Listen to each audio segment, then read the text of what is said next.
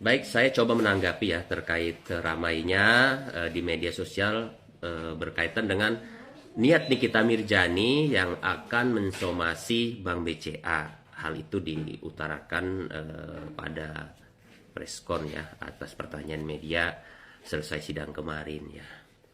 Pada prinsipnya siapapun boleh ya mensomasi bahkan menggugat, itu tidak ada larangan ya enggak, sejauh memiliki dasar hukum ya. Jadi terkait apa namanya permasalahan Nikita Mirjani ini ya.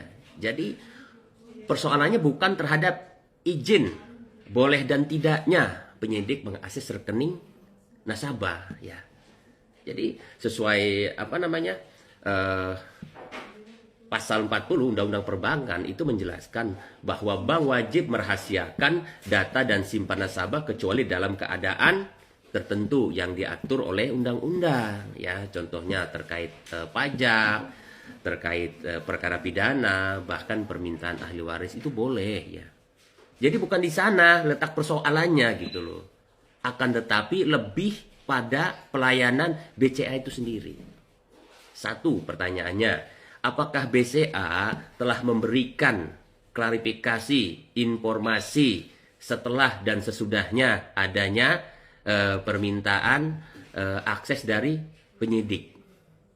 Ya enggak, itu perlu gitu. Apalagi Nikita Mirjani kan nasabah prioritas. Ya.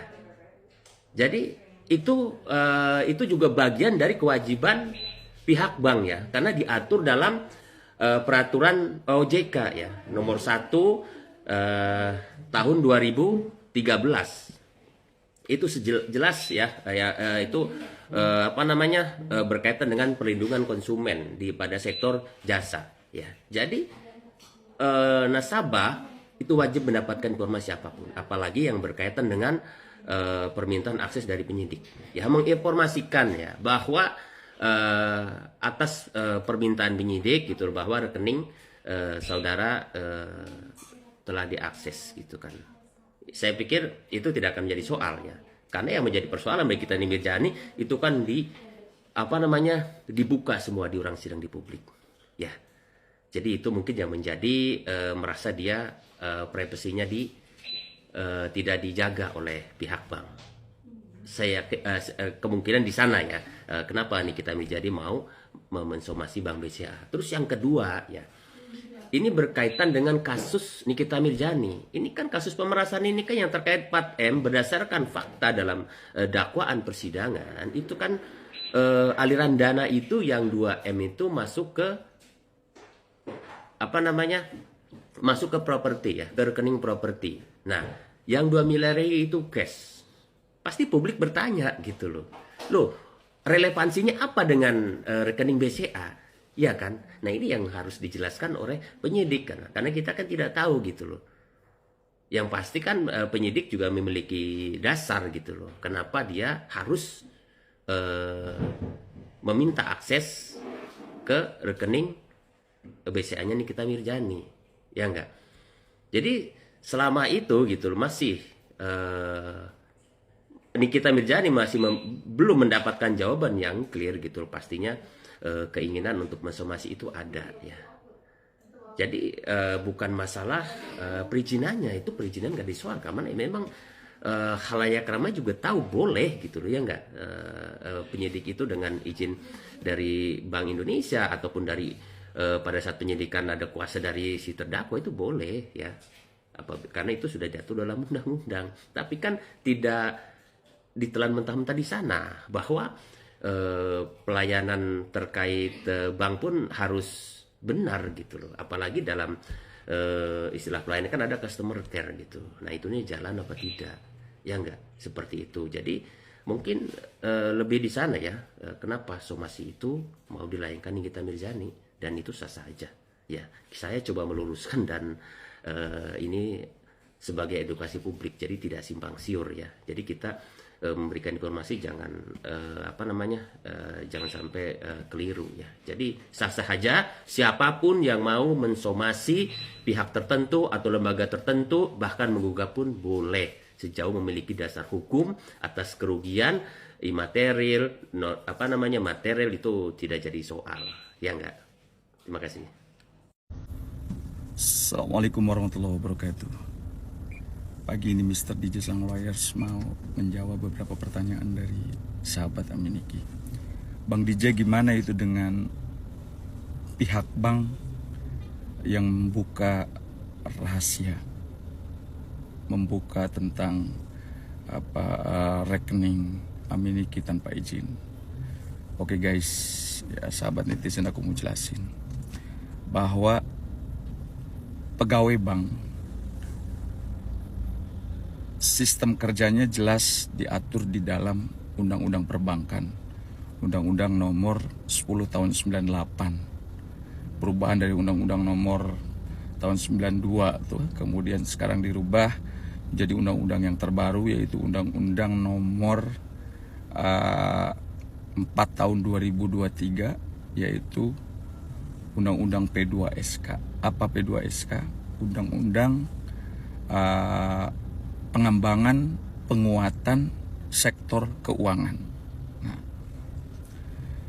kemudian di dalam undang-undang ini jelas, di dalam pasal 40, ya dengerin nih buat orang bank nih yang membongkar rahasia rekeningnya Aminiki tidak sesuai dengan tupoksinya nih.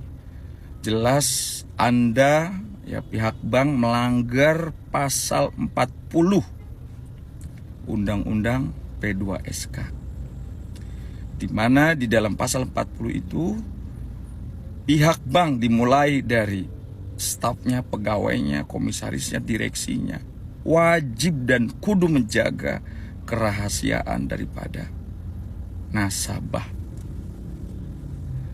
Bagaimana jika ada karyawan atau pegawai yang tidak menjaga kerahasiaan nasabah seperti kemarin? Maka jelas di dalam pasal 237 dan pasal 305 Undang-Undang P2SK, perubahan dari Undang-Undang Perbankan tadi, sanksi pidananya jelas. Ya, paling sedikit 1 miliar dan paling banyak 1 triliun. Nah, gak main-main guys. Jadi bagi bank yang memang tidak memenuhi cara kerjanya sesuai dengan apa yang dijelaskan di dalam Undang-Undang Perbankan atau Undang-Undang P2SK, yang juga jelas di dalam Undang-Undang Perlindungan Data Pribadi, maka sanksi pidananya tegas dan jelas, 1 miliar sampai 1 triliun. Jadi saya sarankan kepada pihak Nikita Mirzani, dalam konteks ini adalah Bang Fahmi, segera lakukan somasi. Segera lakukan somasi kepada pihak bank yang jelas ini adalah sangat merugikan Aminiki. Jikapun memang itu dia dalam melaksanakan tugas yang berkaitan dengan tindak pidana, maka harusnya pihak bank tuh memberikan datanya itu sesuai waktu kejadian.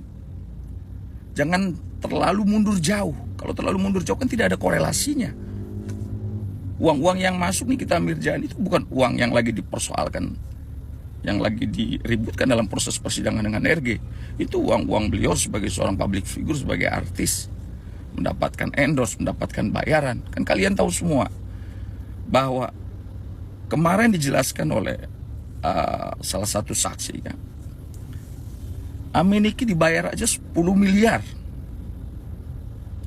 Menit aja udah ratusan juta. Bagaimana ini dengan 4M? Sudah ribut kemana-mana. Oke guys, jadi hati-hati buat pihak bank, jangan membuka data pribadi nasabah sembarangan. Thank you so much. Keep calm and call your lawyer. Berhati-hatilah. 1 miliar sampai 1 triliun denda bagi pihak bank.